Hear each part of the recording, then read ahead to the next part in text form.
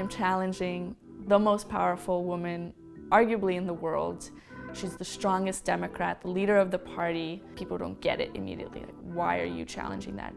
Are you actually being destructive? Even after I filed for candidacy, I struggled to even say the words. And only now, after doing it for so many months, do I say, yeah, I'm challenging Nancy Pelosi, and it's so important to do so. I'm Agatha Bacelar, and I'm running for U.S. Congress here in San Francisco. I'm a 28-year-old Brazilian-American immigrant, Stanford engineer, and social justice advocate. I'm challenging Nancy Pelosi, though, so. Okay. I'm a more progressive Democrat challenging Nancy Pelosi. There hasn't been a debate in 33 years.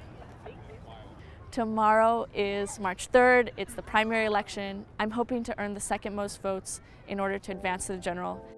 Nancy Pelosi should be celebrated for so many of her achievements, but it has been 33 years. The city and the world have changed dramatically, and our leadership has stayed stagnant.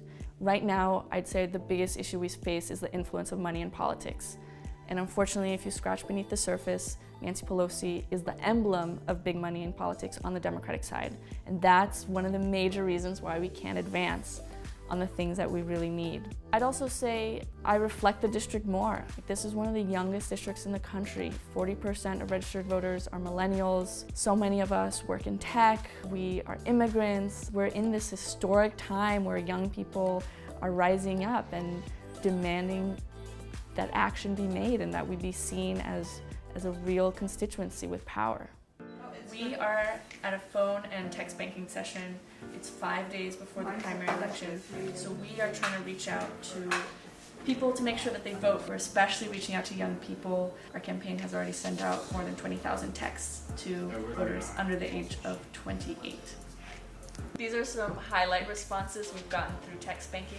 No one challenges Nancy Pelosi in this town. This lunacy is akin to replacing General Patton in the midst of his advance into Germany with a private only just arriving to boot camp. Noob ideologue, another Twitter politician. Divorce from reality, absolute madness on a scale beyond one's ability to comprehend. And then there was the Stanford prison experiment one. It's really hard to challenge someone so powerful because there are entrenched powers that be that paves the way for establishment politicians and makes it so hard for young, new people to get into politics. But I come from a product design background where there's this ethos of learn by failing. Just go for it because you will learn the most just by being out in the arena. And I might have given up multiple times. It's like I was scared all the time. I had to do so much public speaking. And at first I didn't feel welcome, or I felt like an imposter. I didn't fit the mold of what a political person looked like. It's a bittersweet moment, but even the moment that I took the oath to get on the ballot, I told my team earlier that day that I don't think we should do it. I wasn't feeling confident at the time.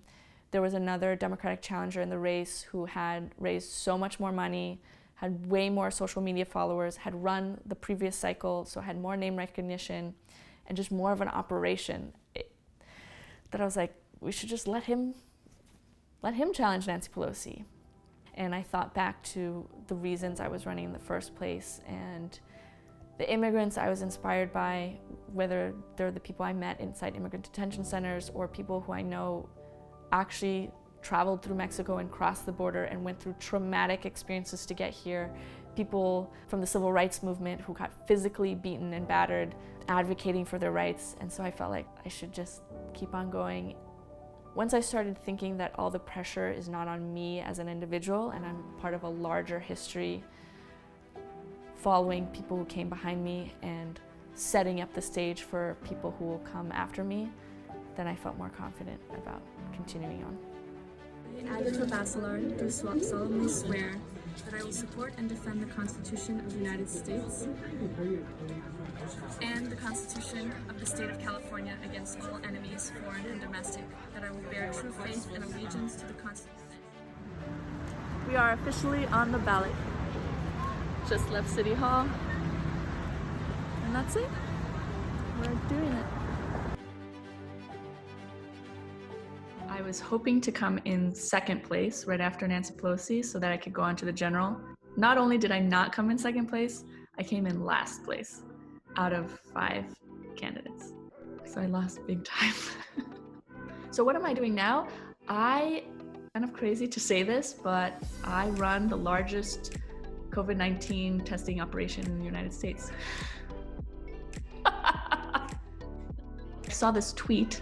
I followed this woman that I just admired in Silicon Valley, and she was talking about how she was working on scaling COVID testing in the United States, and she was looking for people to join. We just packed our bags and at 11 p.m. left our apartment in San Francisco, drove to Los Angeles through the night, got here at 5 a.m., ate some Denny's in the car, slept for a few hours in the parking lot, and then just started working. And it has been full throttle, nonstop for 2 months now. It has been hilarious to me how applicable the campaign skills have been in scaling up a COVID-19 testing lab. People live many lives in one lifespan. So if you're interested in pursuing something in politics, it can be really worth it to just stand up and go try it and do it, even if it doesn't necessarily work out in the first time around.